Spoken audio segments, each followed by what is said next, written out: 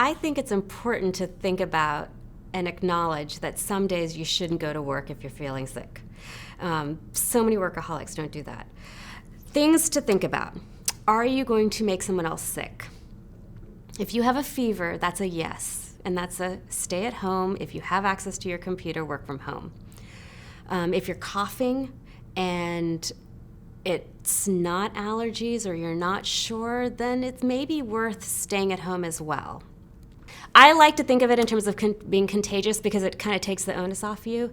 You're really protecting other people. So if you're vomiting, coughing, diarrhea, any of that, you just need to keep it at home. And then also the critical number you can look at is your fever. I mean, if you've got a high fever, then just stay at home and get rest. The other thing to remember is that you may lose some time at work, but you'll get back to work faster.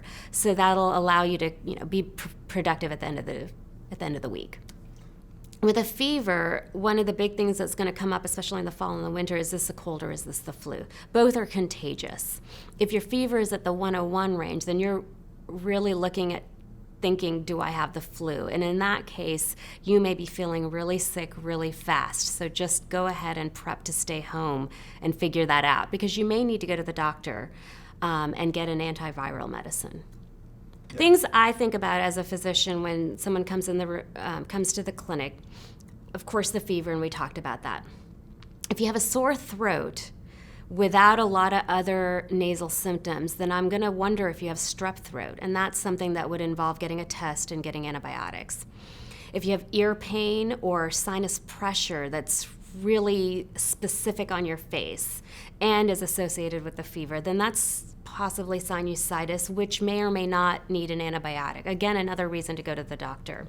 One thing that's difficult to differentiate is red eye, and if you have the gunk coming out of your eye, pink eye.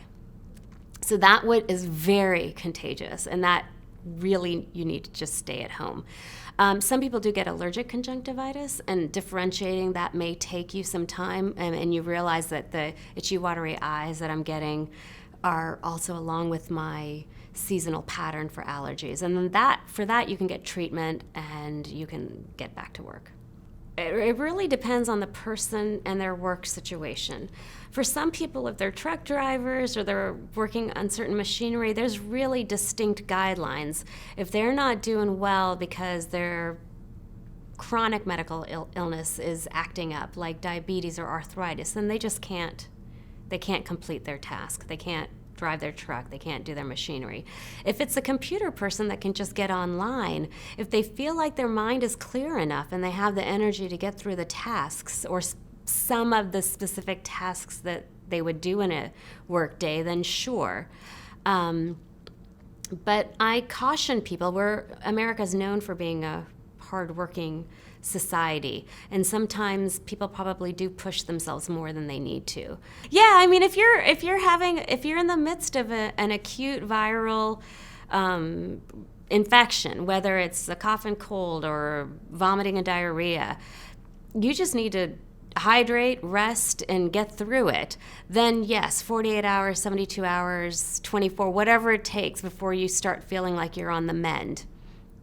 It is important to just call it a day and say, hey, I can't even get online.